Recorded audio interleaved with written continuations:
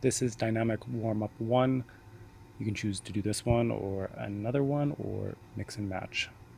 So starting with thoracic extension into external shoulder rotation, you're starting with your hands together, shoulder blades pulled down, then you're going to come out into a Y with the thumbs facing to the back wall, externally rotate, pull the elbows down, and then back to the start. So thumbs back, externally rotate, pull the elbows down, try to pull the shoulder blades down. When you're doing this, there's going to be potential of this happening where you're hyperextending. So just tuck the glutes, squeeze the glutes, try to keep the glutes squeezed the whole time so that you're maintaining a fairly upright posture. Next, we go into windmills. So you're going to slide your right arm down your left leg, and then the outside arm is opening up to the ceiling. Keep that leg straight, the one that the one arm is anchored on. Next, you're onto sumo squat to hamstring stretch. So you're pulling underneath your toes, pulling your butt down, and then trying to pull your shoulder blades down into a nice deep squat. Try to pull your hamstrings and your butt close to your calves and heels. Then you go into sumo squat with thoracic rotation. You can do all of one side, 10 each side, or you can do 5 to 10 per side alternating. Try to keep the heels flat and yourself down into a deep squat. Next, we got kneeling hip flexors. On this one, you're going to be doing a pelvic tuck, squeezing the glutes, and then leaning forward. So just taking a look at that again, you'll see me do a pelvic tuck, squeezing the bum, and then you're just reaching up. So you shouldn't be leaning back at all. You're squeezing the glute, reaching up, and then leaning forward, keeping that glute squeezed. You can rotate your knee outwards a bit, kind of working into a clock motion to stretch more of the inside of the groin and more of the inside of the hip flexor. So just gently move your foot out a little bit wider and a little bit wider, and then you don't have to go super wide because the next one is the rocking adductor stretch.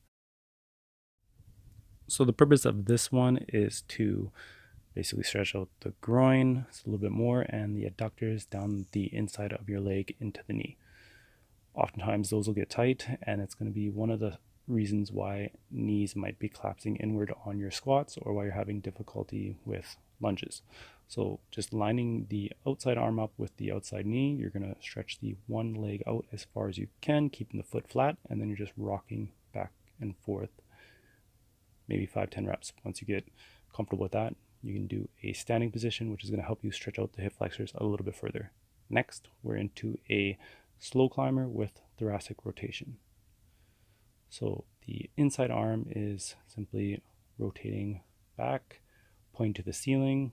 Try to keep the hips high when you're doing this, and you're up on that back toe. Nice long stride. Then you're into glute rocking stretch. So you just slip that knee in between the two arms, and then you're going to go side to side. You can even go forward and back, move it around, keep it nice and dynamic. You can pull that knee, the foot forward or back more, see what feels good to you.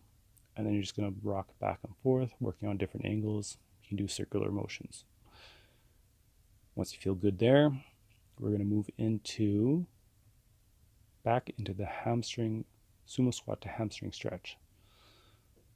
So toes are, you're pulling on the toes, pulling yourself down into your squat, and then stretching out the hamstring, getting those knees as straight as you can. Then we're into the windmill stretch again, making sure that that one leg is nice and straight, that you are on the side that you're working on, and the other knee is bent. Lots of thoracic rotation in this warm-up. And this windmill exercise itself is really good for stretching out the lateral of your hip into the QL and down the lateral of your knee. Feels really good. You should do this often. Then you're into the thoracic extension, into external rotation again. Just working on warming up the shoulders and chest a little bit more. As you open up the hands, you're stretching out the chest when you come down. This whole thing will take about 5 minutes. Once you get really quick with it, maybe even less.